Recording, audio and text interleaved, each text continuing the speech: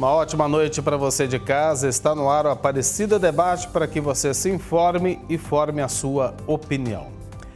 Transtorno do espectro autista, assim é chamado atualmente o autismo. Condição caracterizada pelo comprometimento na comunicação e interação social, associado a padrões de comportamento restritivos e repetitivos. Os sinais começam na primeira infância e persistem na adolescência e na vida adulta.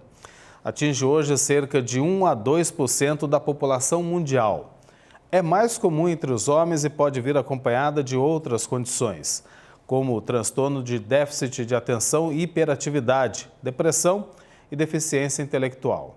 Apesar de amplamente falado, muita gente ainda não sabe o que é nem como lidar com ele.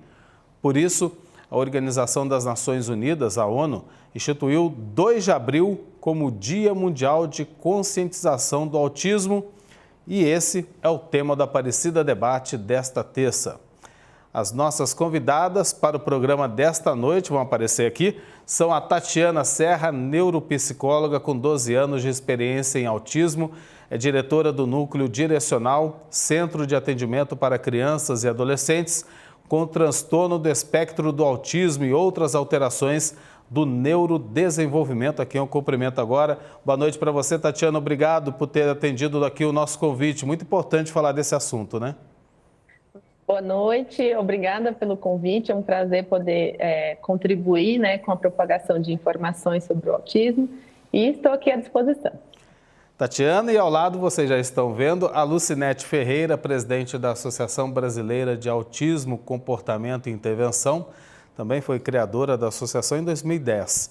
A entidade atende crianças com autismo, um preço bem mais acessível, remunerando os profissionais psicólogos por uma taxa associativa. Lucinete, boa noite também. O nosso muito obrigado, viu, por ter aceitado aqui o nosso convite. Seja bem-vindo à TV Aparecida. Boa noite. Muito obrigada pela disponibilidade da TV Aparecida estar trazendo esse tema tão importante. E no meu currículo eu preciso enfatizar que mãe da Maiara, autista de 19 anos. Olha, vai ser muito boa a conversa de hoje aqui no Aparecida Debate, então você é o nosso convidado para ficar com a gente nessa próxima hora. Mas antes da gente começar a nossa conversa sobre o tema de hoje, vamos acompanhar a matéria produzida pelo nosso jornalismo aqui da TV Aparecida. A repórter Rafaela Lourenço mostra que ainda são muitas as pessoas sem o diagnóstico de autismo e aquelas que já tiveram a confirmação precisam, acima de tudo, de respeito. É a história do Gabriel e da mãe dele que a gente acompanha a partir de agora. Existem cerca de 70 milhões de pessoas com TEA, transtorno do espectro autista, em todo o mundo, segundo a Organização Mundial da Saúde. No Brasil, são aproximadamente 2 milhões de autistas, com comprometimentos de diferentes graus. Entre essas famílias está a do Gabriel, aqui em Guaratinguetá, no interior de São Paulo. Gabriel é o filho caçula de 3 irmãos.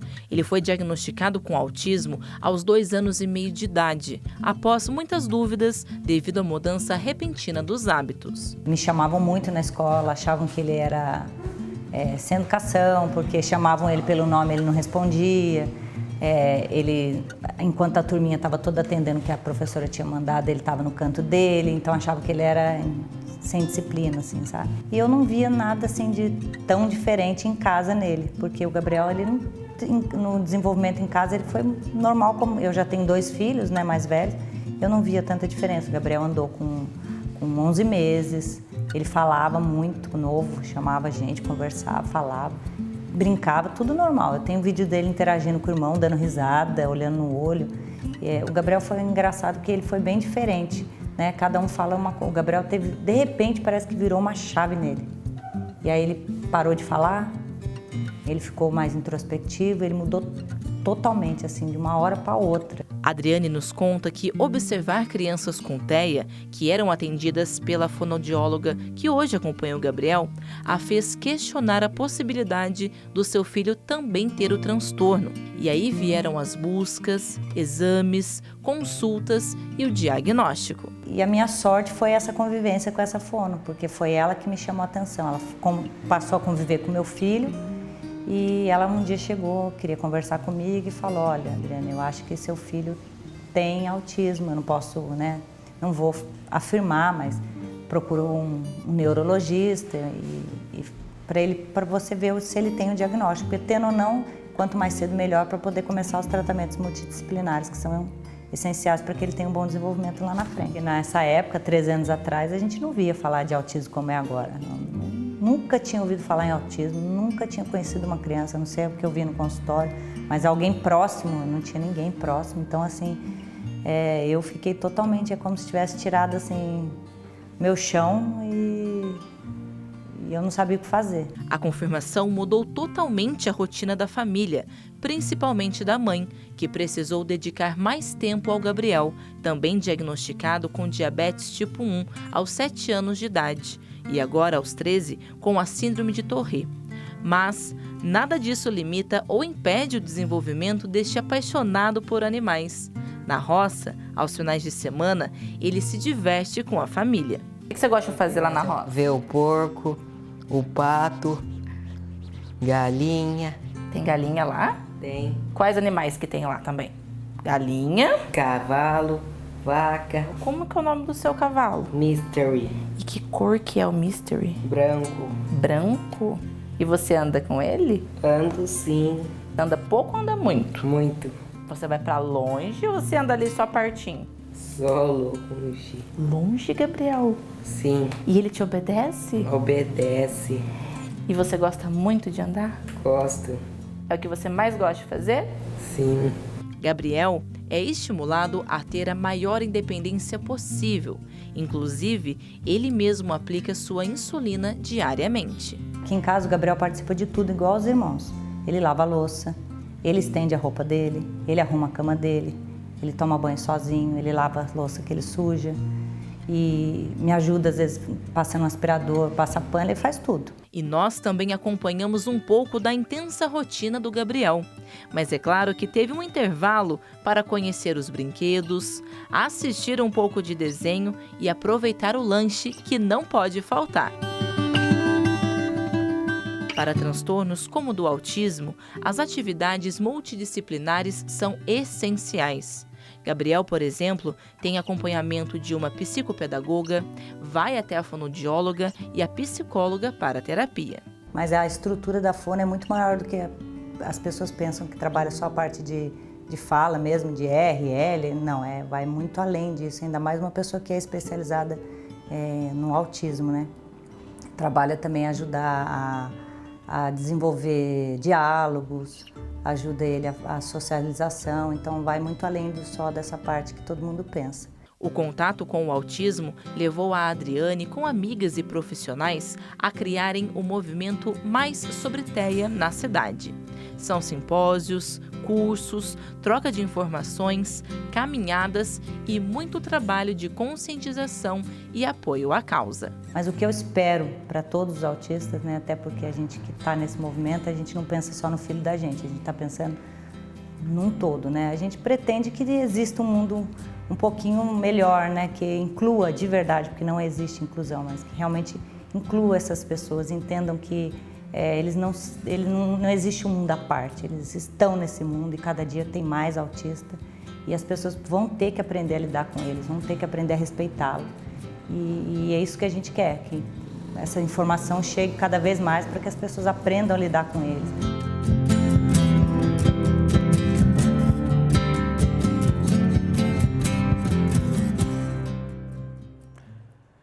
Tatiana Lucinetti, a gente aprende a lidar principalmente quando a gente conhece, né? Por isso que a gente está aqui discutindo no Aparecida Debate. A gente viu aí pela reportagem da Rafa que a Adriane descobriu que o Gabriel tinha o autismo, o diagnóstico com 2 anos e pouco, né?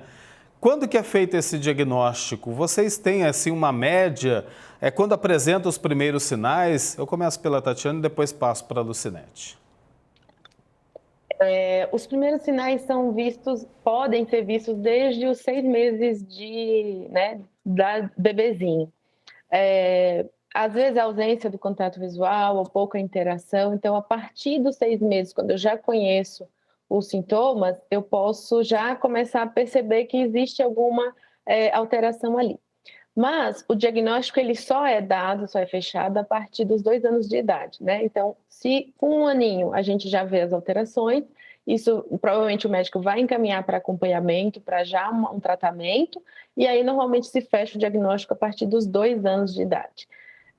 Quanto mais cedo a gente identificar, né, melhor é o prognóstico, porque mais cedo vai começar as terapias, vai começar o treinamento de pais, para aprender a conviver com essa criança, com esse bebê, aprender a gerenciar, né, os comportamentos e como vai ensinar ele para conviver no dia a dia. Então, a intervenção precoce, o diagnóstico precoce é de extrema importância. Lucinete, como é que é feito esse diagnóstico? A Tatiana explicou um pouquinho para a gente, mas se você puder aprofundar um pouco mais, trazer mais detalhes para a gente.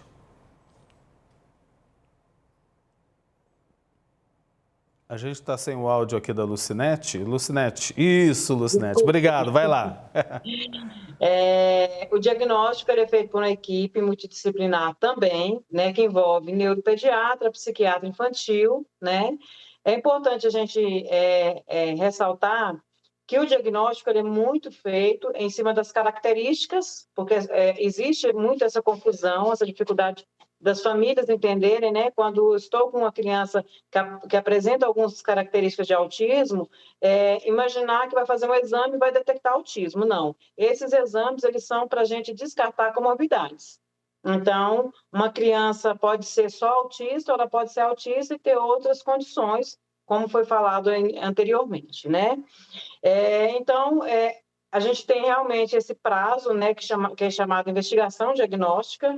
A realidade de Brasília, a gente está um pouquinho aquém, porque a gente ainda tem um tempo maior dessa espera, principalmente das famílias que usam o SUS, né? Porque quando a gente fala em diagnóstico precoce, nós precisamos associar isso à questão social da família.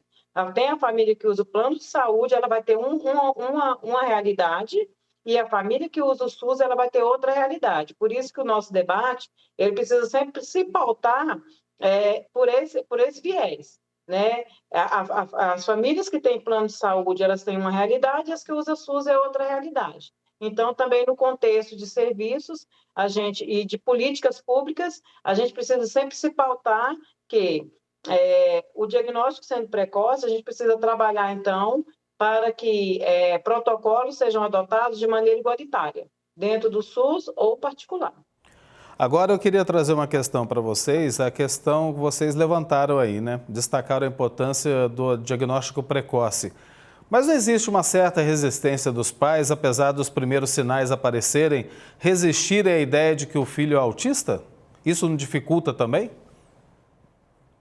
Acho que a Lucinete, como mãe, né, vai poder nos dizer um pouquinho melhor, mas acompanhando aqui as famílias, quando existem os sinais, muitas famílias às vezes justificam, mas é assim, o tio era assim, o pai era assim, então não é nada, vamos esperar. E aí demora-se um pouco mais para procurar ajuda. Ou às vezes eles identificam, normalmente fala primeiro com o pediatra, né, que é o médico ali da porta de entrada da primeira infância. Então, e às vezes eles não são tão acolhidos, né, por N motivos. E aí às vezes as mães são desencorajadas com o que elas percebem. E aí acaba por vezes deixando de investigar mais a fundo por conta dessa, né, de não ser empoderada. Olha, realmente vamos atrás, vamos investigar. E depois, quando chega na escola, que é onde há o marco, né? Porque normalmente nas escolas as diferenças ficam mais evidentes, os sinais ficam mais evidentes, e aí também com a conversa com professores, da equipe escolar, fica mais evidente para os pais procurarem essa ajuda. E ainda assim não significa que eles vão procurar, porque existe todo o processo de aceitar, e mesmo que não aceite, mas de compreender que existe a necessidade, né, de buscar ajuda. E eu acho que a Lu pode nos dizer melhor enquanto mãe, né? Inclusive, né, só acrescentando, Lucinete, a gente viu na reportagem que a Adriane só despertou quando levou o Gabriel para a escola, né? Foi ali que ela resolveu procurar um atendimento especializado. Mas pode continuar, por favor. Exatamente, né? Eu acompanho o raciocínio da Tatiana sobre a questão de que o pediatra e as portas de entrada não estão preparados para encorajar essa família. O autismo ele é tido como uma deficiência não visível. Então, isso já a gente já começa a ter dificuldade no seio intrafamiliar. Eu tenho uma criança, eu tenho um bebê que ele não apresentou nenhuma dificuldade no desenvolvimento, como foi falado na reportagem. A gente precisa pegar, principalmente, esse ponto da reportagem em que ela diz, parece que um dia virou a chave. É assim, gente, um dia parece que virou a chave. Um dia parece que não tem resposta alguma. E você olha para aquela criança que ela teve um desenvolvimento, que ela vinha no desenvolvimento, e aí ela, de repente, parou. A primeira sensação nossa, enquanto familiares, vai voltar, vai acontecer alguma coisa. Então, a gente, assim, a primeira coisa que os familiares geralmente costumam buscar muito, inclusive, é apoio na fé. Né? Eu vou na fé, eu busco apoio, às vezes, de amigos, mas depois, posterior, que você vai vendo que não está funcionando e que aí você precisa buscar um profissional. Apesar de que todos nós sofremos de maneira diferenciada, nós precisamos respeitar isso. Cada ser humano, cada indivíduo tem uma forma de reagir às coisas quando elas não estão acontecendo como esperado. Nós não podemos dizer que, ao ter um filho, os pais planejam ter um filho com deficiência. Não é verdade. Quando nós planejamos o melhor. Você quer isso faz parte da nossa condição humana, né? Que pode ser errada. Né? Mas é isso, a gente falando de maneira bem transparente, é isso. E quando você se depara com uma situação em que aquele bebê que não tinha nada, e ele vem para uma questão onde ele vai receber um rótulo, porque a primeira coisa que as famílias têm medo é do chamado rótulo. Porque se ela rotular, na escola essa criança vai ter dificuldade, a partir daí como é que vai ser isso na sociedade, como é que eu vou dizer que esse menino é autista? Mas sim, nós precisamos trabalhar as nossas angústias, também a nossa negação, mediante um diagnóstico, entender que naquele momento é o nosso filho que vai precisar da nossa aceitação, porque só a partir da aceitação da família é que nós vamos dar condições para que essa criança ela esteja com atendimentos voltados para o desenvolvimento dela. Estamos de volta e hoje o Aparecida Debate fala sobre o autismo. Participam do programa com a gente a Tatiana Serra, neuropsicóloga com 12 anos de experiência em autismo, e também a Lucinete Ferreira, presidente da Associação Brasileira de Autismo, Comportamento e Intervenção. Muito importante, viu, que vocês duas estavam falando, antes da gente ir para o intervalo, sobre essa questão de os pais aceitarem, né? A questão da negação, isso atrapalha e muito. Tanto o diagnóstico como o tratamento necessário para essa criança que tem o autismo. Vamos detalhando um pouco mais para que a gente possa entender e até para orientar os pais, as famílias aí em casa que tenham esses sinais aparecendo, para que procurem um atendimento especializado o quanto antes. Amor é amor, não faz distinção, então a gente tem que amar os nossos filhos e dar a eles o máximo de conforto possível, né? E eu acho que se enquadra também nesses casos que a gente está discutindo aqui. Há diferentes graus de autismo, Tatiana? Sim, hoje a gente fala em 3 diferentes graus, né, ou níveis, né? O nível severo, o nível moderado e o nível leve. Isso não quer dizer que, por exemplo, o nível leve seja fácil de se lidar. Então, é só uma questão de classificação em termos de quanto de suporte essa pessoa vai precisar. Então, quanto mais grave, mais alto nível, mais suporte ela precisa.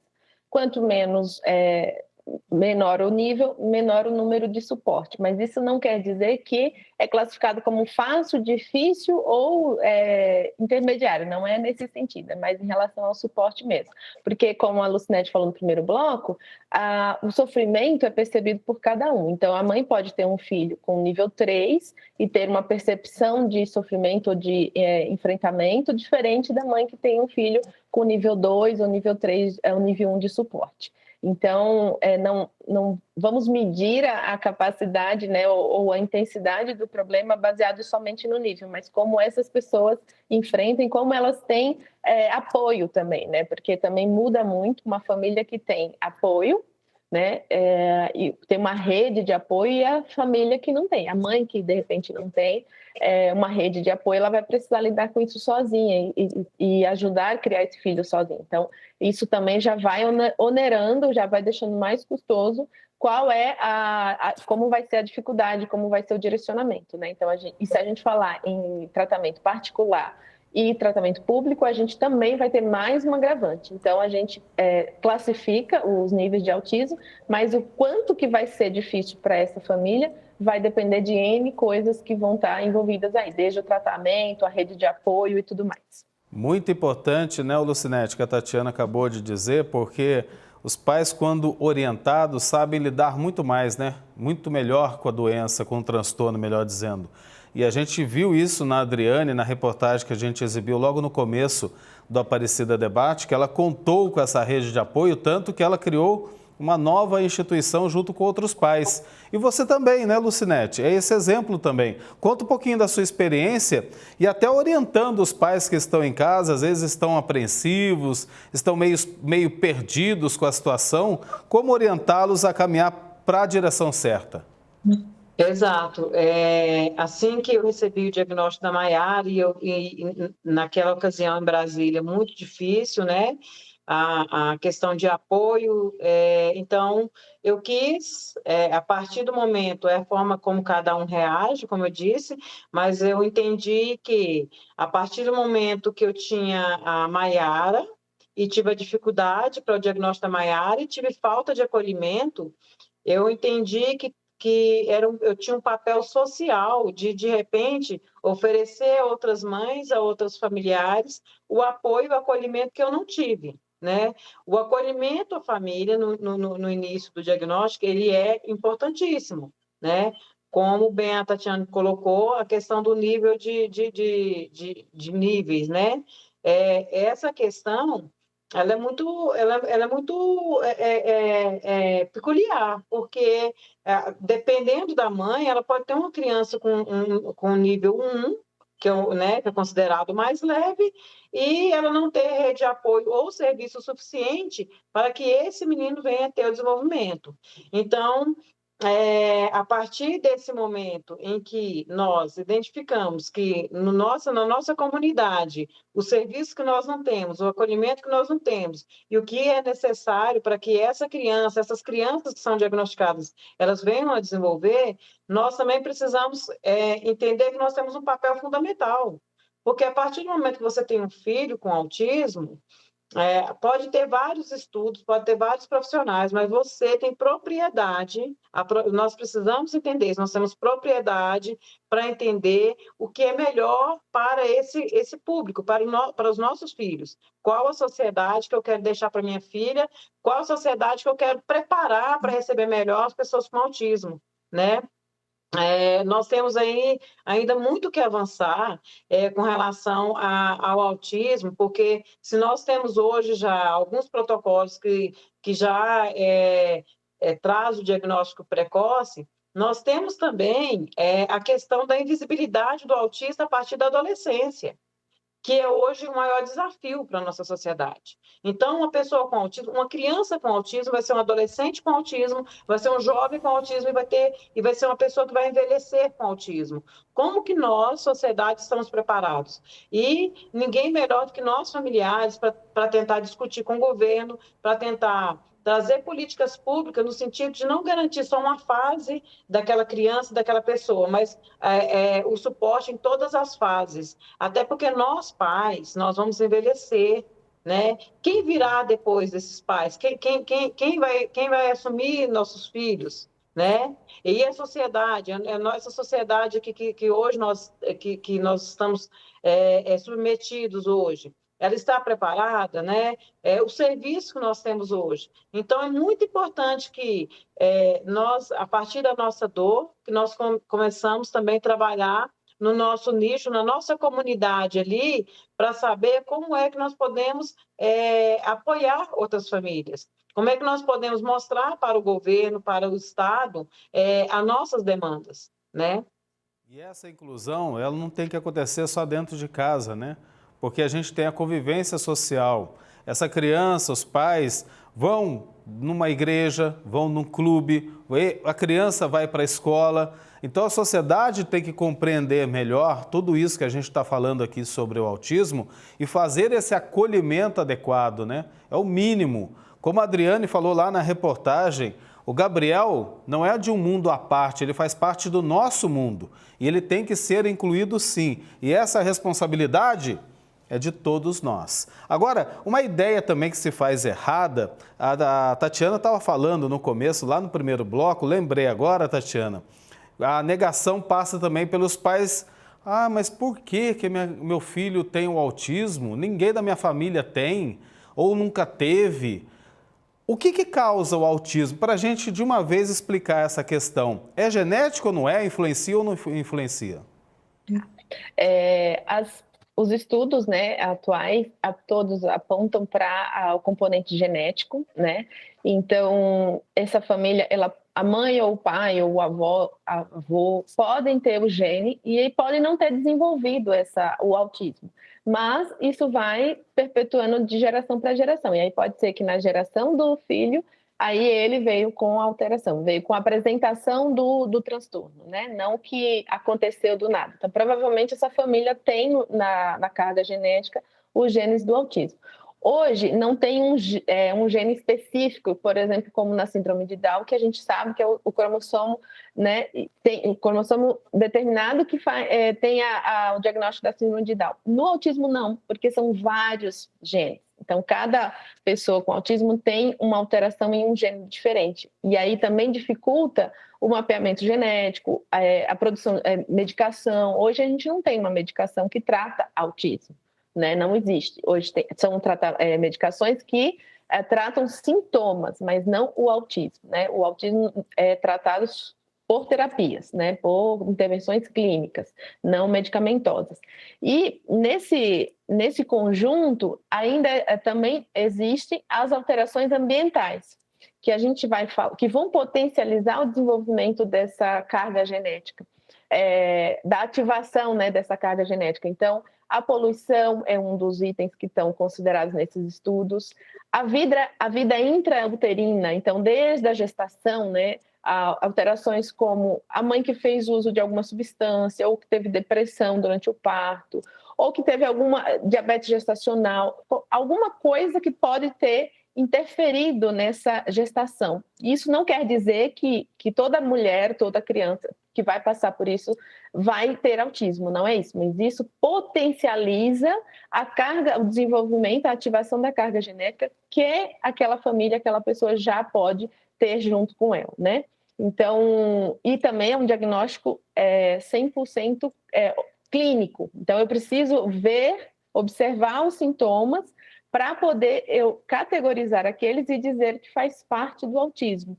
Como a Lucinete falou, não tem um exame que eu vou fazer e vai aparecer lá que aquela alteração no cromossomo Y ou X ou 21, 25 vai ser autismo. Não tem, né? Então, a gente vai precisar descrever os comportamentos que eu observo para que eu vá fechar esse diagnóstico. E, para isso, eu preciso saber quais são esses comportamentos e também saber observar, porque nem toda criança ou todo bebê que faz o contato visual com a mãe significa que ele tem contato visual com todo mundo. Ou também, se ele não tem o contato visual, que ele já tem autismo. Também não é bem por aí, né? Então, a gente vai precisar observar, descrever e saber quais são esses sintomas. Então, acho que, por exemplo, iniciativas como esse programa, por exemplo, é uma porta de entrada para a gente saber quais são os sintomas, o que eu vou observar para eu dizer se meu filho tem ou não tem alguma alteração que vai direcionar para o autismo. Agora eu vou perguntar para você, Lucinete, também veio aqui na minha cabeça, por que tem tanta resistência ainda, né? E também outra coisa, os pais poderiam também, de uma forma mais tranquila, aceitar uma orientação, um alerta que vem de fora, de repente dos professores, de repente dos colegas, de pais de outras crianças, de pessoas da própria comunidade, falar, olha, o seu filho pode ter o autismo, sabe? A questão de tentar orientar. Por que também tem resistência quanto a isso? Pois essa resistência, ela é justamente em cima daquilo que eu tinha pontuado anteriormente, né? Nós somos muito visuais, né? Nós estamos olhando para o físico, e o autismo, ele não é visual, ele é característica de comportamento, né? Como bem colocado aqui, você tem vários, não necessariamente o seu filho tem que ter todas as características. Então, o que ocorre? Por que tem muita resistência? Porque, às vezes, eu pego o que eu acho na internet, é uma das ferramentas que os pais recorrem, lá tem uma relação de características. Não, contato de olhar, comportamento repetitivo, estereotipado, linguagem receptiva, linguagem expressiva. E aí, o que acontece? Essa família, às vezes ele vê isso e ele imagina, não, meu filho não tem, ele faz contato de olhar comigo. Então, é muito importante, sim, que nós precisamos, que nós acolhemos as informações nos espaços que nossos filhos estão, principalmente na escola, entender que o autista, ele não generaliza o comportamento. Então, às vezes, o meu filho ele está muito apegado, ele está muito acostumado comigo, ele pode ter uma reciprocidade comigo, mas ele pode não ter a mesma reciprocidade no ambiente escolar ou no ambiente da minha família. Então, às vezes, quando o outro contexto familiar traz para você essas informações da escola, você precisa acolher no sentido de que não, autismo não tem que ter todas as características. Nós, hoje, aqui na Abracim, nós temos uma demanda muito grande de adultos chegando aqui para sendo diagnosticados. Pessoas que estão no mercado de trabalho, que não estão tendo sucesso no mercado de trabalho e que com 30, 40 anos estão chegando aqui para um diagnóstico. Você fala, mas não fez diferença. Fez. Essa pessoa teve prejuízos enormes na vida, ele traz uma carga de sentimentos, ele traz uma carga psicológica, emocional muito grande do que faltou para ele na infância e na adolescência. Então, aceitar o diagnóstico é, acima de tudo, ter empatia com o nosso filho, com aquilo que nós queremos para o nosso filho. Mesmo que esse autismo, a gente entenda que seja um autismo mais leve, é uma criança que se comunica já, é uma criança que tem algumas dificuldadezinhas, é difícil dar um rótulo? Mas se encha de coragem e vai para esse rótulo, porque vai ser esse rótulo que vai dar qualidade de vida emocional para o seu filho durante a infância, a adolescência e a vida adulta. Estamos de volta com a Aparecida Debate, hoje falando sobre o autismo. Participam do programa com a gente a Tatiana Serra, neuropsicóloga com 12 anos de experiência em autismo, e também a Lucinete Ferreira, presidente da Associação Brasileira de Autismo, Comportamento e Intervenção. A conversa está muito boa, viu? Eu estou aprendendo muito, acredito que todo mundo em casa também, que a gente falou logo no início, né? Lidar melhor com o autismo obrigatoriamente passa pela informação. E vocês estão de parabéns nesse sentido. Vamos lá, para a gente fechar o nosso programa. Tratamento, como é que acontece, como é que ele é feito? Tatiana e depois a Lucinete. Aí é onde tem um desafio, né, do tratamento, assim como tem um desafio para o diagnóstico, que é ter acesso ao tratamento a equipes especializadas para fazer acompanhamento dessa pessoa com autismo e dessa família. Então, o tratamento ele é multidisciplinar, então precisa da psicóloga, da fonoaudióloga, terapeuta ocupacional, em muitos casos psicopedagogo, fisioterapeuta. A escola também faz parte desse entorno, não como um tratamento clínico, mas como coadjuvante no desenvolvimento dessas pessoas. Os médicos, neuropediatra, normalmente psiquiatra infantil, e em muitos casos também vai precisar de nutricionista por conta de algumas alterações alimentares, né? Então, é uma rede de profissionais em torno para o apoio para o tratamento dessa pessoa. E aí, quanto mais alinhado esses profissionais estão, né, eu costumo chamar um olhar de 360. Quanto mais a gente tiver um olhar 360 para esta pessoa, melhor a gente vai conseguir ajudar ela. Porque ela não é só o meu paciente do meu consultório, ele não é só filho da Lucinete ou de qualquer outra mãe em casa. Ele é um cidadão, né? Então, ele vai pertencer à escola, à comunidade, à família, à vizinhança. Então, eu preciso trabalhar com essa pessoa para inserir ela, para ela ter uma vida de autonomia na sociedade como um todo, né? Independente de qual nível de autismo nós estamos falando.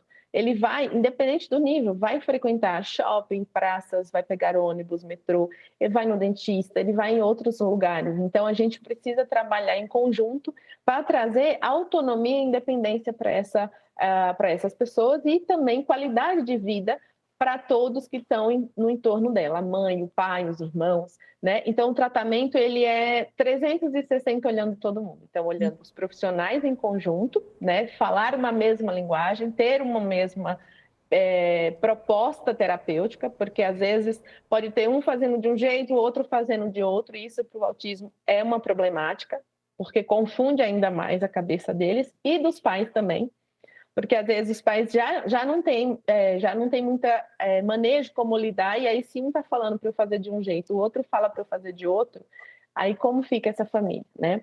Então, falar a mesma linguagem, ter a mesma proposta de tratamento é muito importante, tá? Então, esse é um dos caminhos. E hoje, o tratamento baseado em evidência científica que nós temos é a análise do comportamento aplicado, que é uma ciência já com evidências suficientes de que ajuda e trata as pessoas com autismo, né? E tratar não no sentido de cura, né? Porque a gente associa muito tratamento com cura, e não é isso. O autismo não tem cura, né? Não existe uma cura. Então, o tratamento é para trazer autonomia e independência e pertencimento.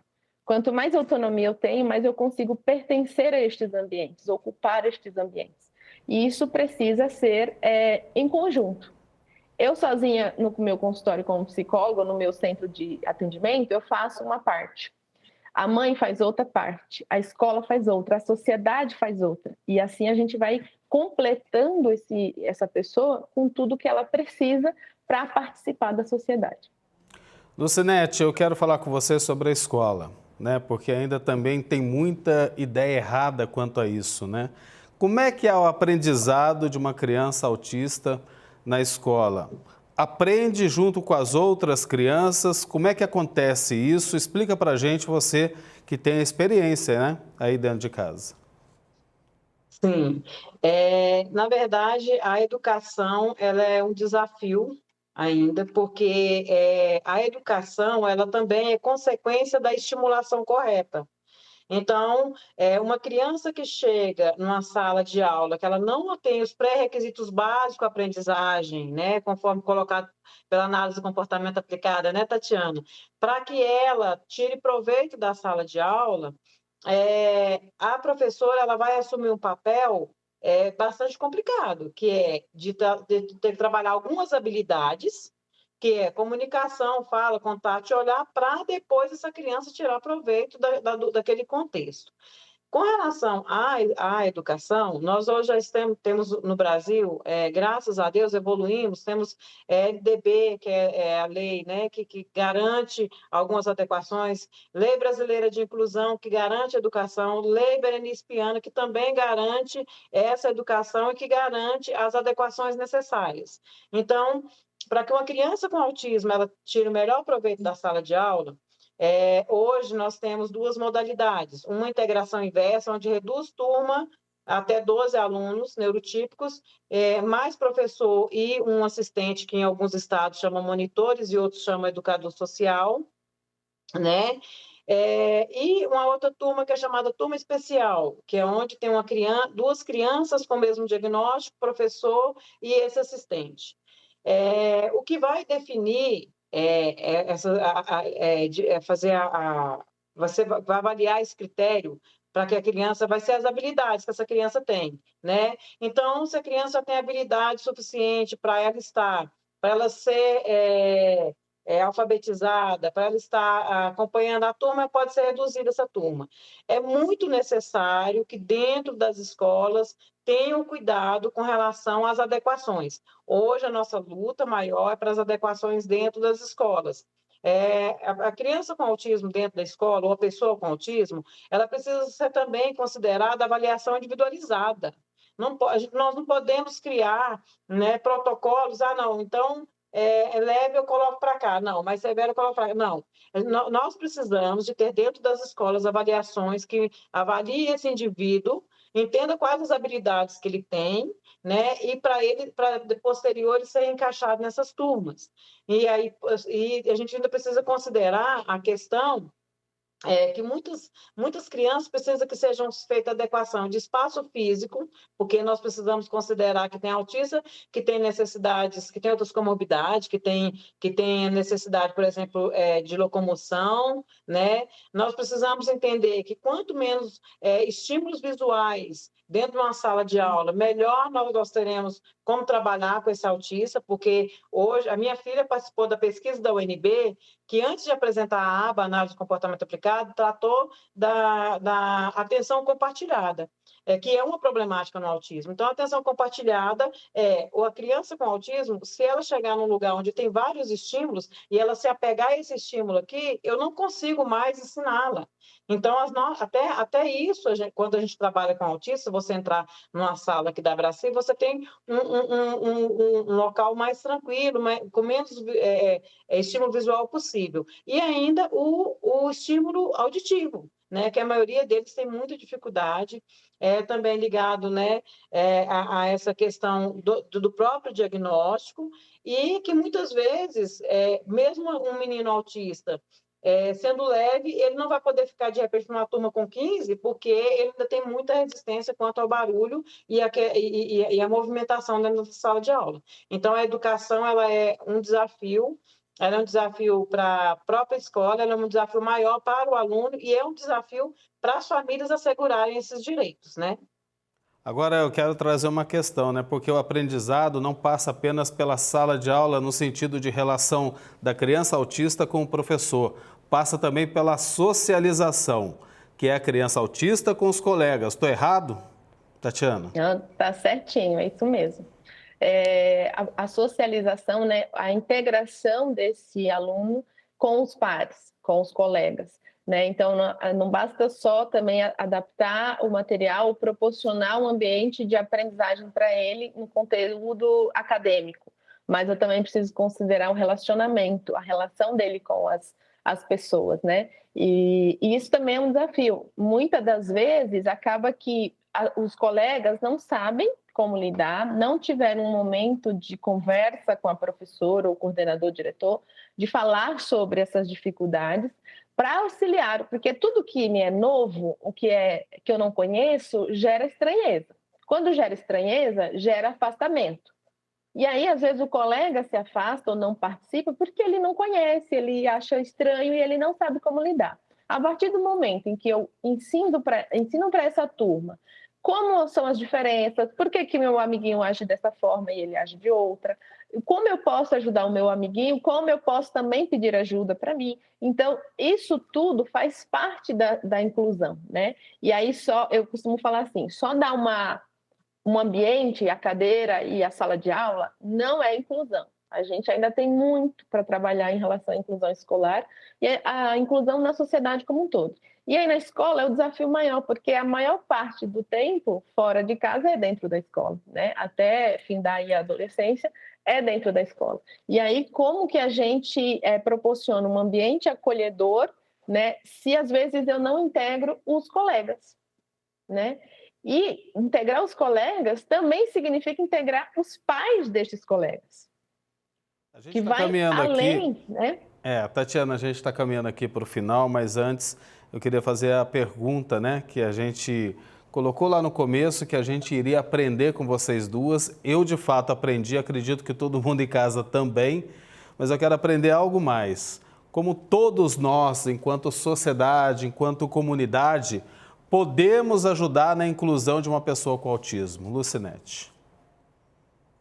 Nós podemos contribuir para a socialização dessa pessoa com autismo quando nós quebramos os paradigmas também, os rótulos, quando nós buscamos o diálogo diretamente com esses familiares, quando nós entendemos que nem todo autista é violento, nem todo autista ele vai morder, nem todo autista. Então, assim, nós precisamos conhecer, né?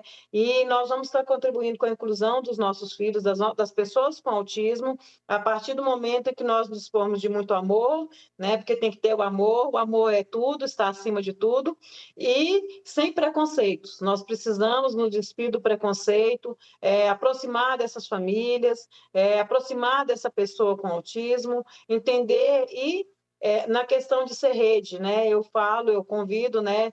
Você pode ser rede, você pode não ser parente, você pode não ser a pessoa mais próxima, esse familiar, mas você pode ser rede, você pode chegar, oferecer um apoio para uma mãe, você pode fazer diferente na presença de uma crise, de uma pessoa com autismo, você pode, ao invés de só olhar, você perguntar, você quer ajuda?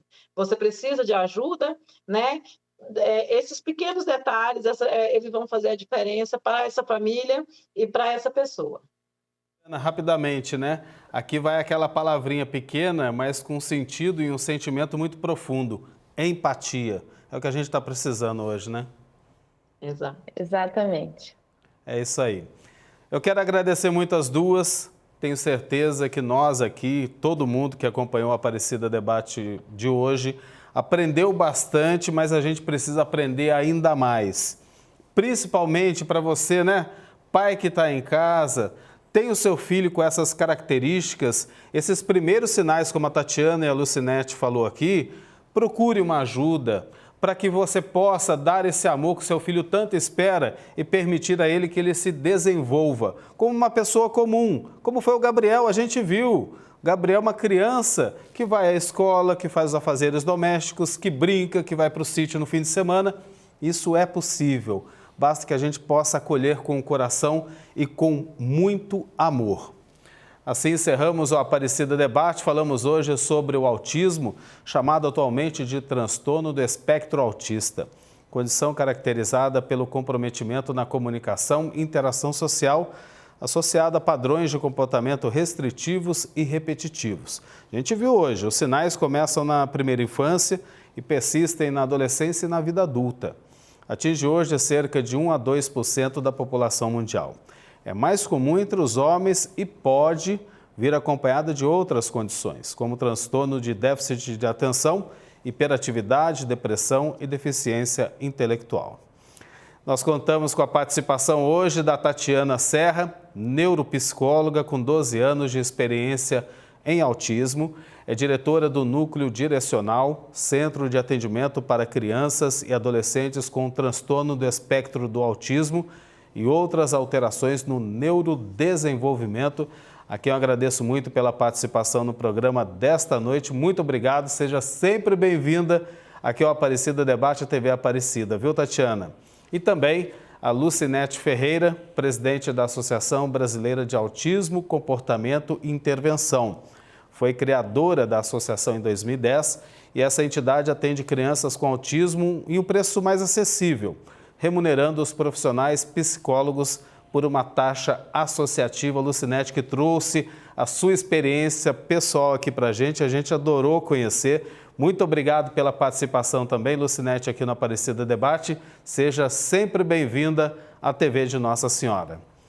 E se você quiser rever esse programa ou até mesmo compartilhar com a sua família e amigos, acesse aí o canal da TV Aparecida no YouTube. E quando fizer comentários em nossas publicações, utilize a hashtag Aparecida Debate, que volta na próxima terça-feira. Desejo para você uma ótima noite, um bom descanso e até lá.